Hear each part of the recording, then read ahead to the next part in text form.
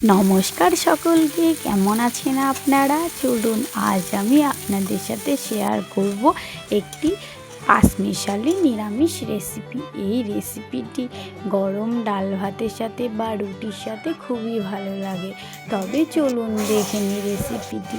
প্রথমে কড়াইয়ে তেল দিয়ে তেল গরম হয়ে আসলে একে একে আগে থেকে কেটে রাখা পটলগুলো দিয়ে দিল। দিয়ে একটু লাল লাল করে ভেজে নিচ্ছে। দেখুন অনেকটাই লাল লাল হয়ে এসেছে। তাই মা এবার ওর মধ্যে আগে থেকে কেটে রাখা একটি আলু কুচি কুচি করে দিয়ে দিল। দিয়ে কিছুটা নাড়াচাড়া করে দেখুন এটাকেও সেম লাল লাল করে ভেজে নেবে। দেখুন অনেকটাই লাল লাল হয়ে এসেছে। তাই এবার আগে থেকে কেটে রাখা ঝিঙিটাও দিয়ে দিল। দেখুন ঝিঙিগুলো মনে হচ্ছে কতটা ঝিঙি, কিন্তু রান্না করার পর একটুখানি হয়ে যায়। তো দেখুন একে একে সব ঝিঙিগুলো দিয়ে সেমভাবে সব কিছু মিশিয়ে নিয়ে একটু লাল লাল করে আসার পর আগে থেকে কেটে রাখা এই ডাঁটাগুলোও দিয়ে দিল। দিয়ে একটু নাড়াচাড়া করে নিয়ে একটা ঢাকা দিয়ে দিল। 5-7 মিনিট পর ঢাকাটি খুলে দেখুন আবারও কিছুটা নাড়াচাড়া করে পরিমাণ মতন হলুদ গুঁড়োও দিয়ে দিল। দিয়ে সব কিছু ভালো করে মিশিয়ে নিচ্ছে।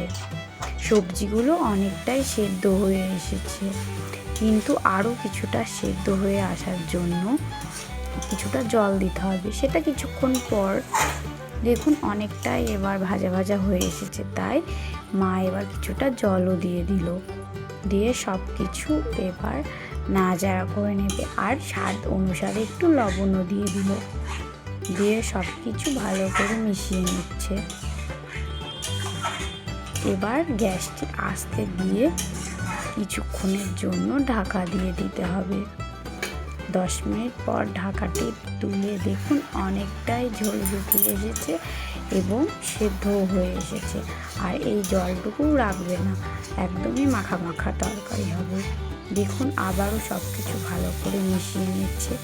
দেখুন অনেকটাই হয়ে এসেছে। তাই কিছুটা নাড়াচাড়া করে এবার নামিয়েও ফেলবে আমাদের তৈরি ডাঁটা দিয়ে পাঁচমিশালি তরকারি। কেমন হয়েছে অবশ্যই জানাবেন। চলুন এবার ঢ্যাঁড়স রেসিপি আপনাদের সাথে দেখাবো।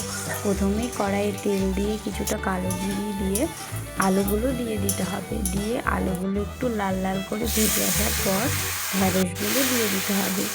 দিয়ে সব কিছু ভালো করে নাড়াচাড়া করে কিছুক্ষণ লাল লাল করে ভেজে নেবে।